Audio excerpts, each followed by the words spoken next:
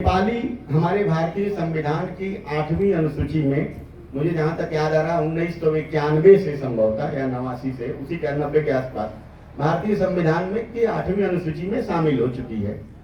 इस हिसाब से हमारी मुख्य भारतीय भाषाओं में वह भी एक भाषा है। और नेपाली भाषा में जिन्हें आदि कवि हम मानते हैं वे भानुभक्त हैं, जिनका जन्म नेपाल में एक चुंगी रंधा ग्राम है वहां हुआ था। और भानुभक्त का बस क्योंकि 2-3 मिनट बोलना है, भानुभक्त पर मैं 2 घंटे भी बोल सकता हूँ, लेकिन संक्षेप में कि भानुभक्त का जो मुख्य कार्य है वह यह है कि नेपाली रामायण को, रामचरित्र को नेपाली भाषा में सुव्यवस्थित रूप में प्रस्तुत करना। जिस प्रकार तुलसीदास ने अवधि में रामचरितमानस लिखकर भारतीय जनमानस को एक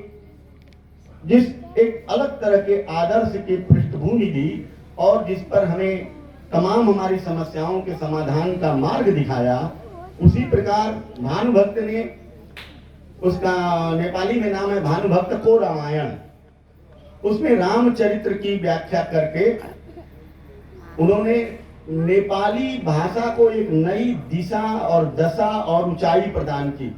जब भानुभक्त नेपाली लिख रहे थे नेपाली में, उसके पहले नेपाली भाषियों का सबसे बड़ा दुख यह था कि नेपाली भाषियों को भी राम के प्रति उतना ही लगाव था, नेपाल की जनता को, जितना हमें और आपको राम से लगाव है। लेकिन उनका यह दुख था कि राम का काव्य उनकी भाषा में सुव्यवस्थित रूप से मौजूद नहीं था। और चूंकि साहित्य और भाषा किसी भौगोलिक दीवार की अपेक्षा नहीं रखती है, इसीलिए भानुभक्त नेपाल राष्ट्र के कवि होते हुए भी पूरे विश्व में जितनी नेपाली भाषी जनता है, नेपाली भाषी समुदाय है, उसे वह अपना आदि कवि इन संदर्भों में मानती है कि भानुभक्त पूरी नेपाली भाषा के आदि कवि हैं। और उनका बहुत ही एक अलग महत्व है इस समाज में। और आज मैं आपको बताऊं कि भानुभक्त को नेपाल का तुलसी कहा जाता है। आप समझ लीजिए कि हमारे यहाँ जरूर तुलसीदास पर तमाम बातें और तमाम कुछ ऐसी चीजें कही जाती हैं जिससे हमारा तमाम ज्ञान होते हुए, अब कई तरह की परंपराएं चलती हैं, कुछ लोग उन चीजों में बड़ा इंटरेस्ट लेते हैं, किसी को मैंने, और चूंकि तमाम चीजें हैं, लेकिन कुछ ऐसी बातें भी, उसका जिक्र करने का समय भी नहीं करूंगा, कि कही जाती हैं जिससे ऐसा लगता है कि मैंने उनका कार्य, तुलसी के महत्व, तुलसी ने जो व्यापक परिदृश्य से जिस रचना को किया उसका नहीं केवल छिद्रान्वेषण करना है, लेकिन भानुभक्त के प्रति उसमें भी अब तमाम तरह की बातें, उनके अन्य रचनाओं में तमाम विरोध भी हैं। लेकिन रामायण का जो प्रसंग है, आज नेपाल में अभी भी केपी शर्मा ओली है जो कम्युनिस्ट पार्टी से हैं और जिसका जिक्र आदरणीय श्रीवास्तव जी कर रहे थे। 2018 में मुझे वह सम्मान मिला था, वही थे प्रधानमंत्री। तो लेकिन मैंने एक चीज देखी वहां पर,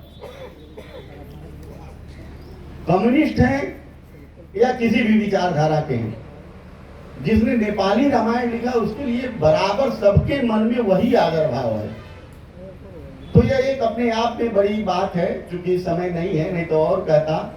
और मैं आदरणीय सिंह जी की बात को रख पाया, इसका एक संतोष है।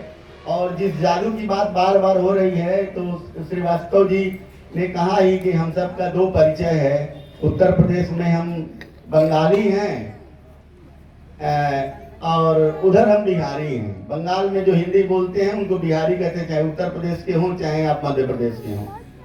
आमतौर पर मैं भी गाजीपुर का हूँ, क्योंकि श्रीवास्तव जी जैसा सौभाग्य मेरा नहीं रहा कि गांव में भी पढ़ पाया होता। मैं 3 वर्ष की उम्र में कलकत्ता चला गया, गांव से में जाने आने का क्रम है, लेकिन उन तमाम अपनी संवेदनशीलताओं और उन सोच के कारण जब और ऐसे आयोजनों में खास तौर से मौका मिलता है, तो मुझे लगता है कि इस कुंभ में डुबकी लगा लेने से कुछ पाप मेरे भी कट जाएंगे। धन्यवाद।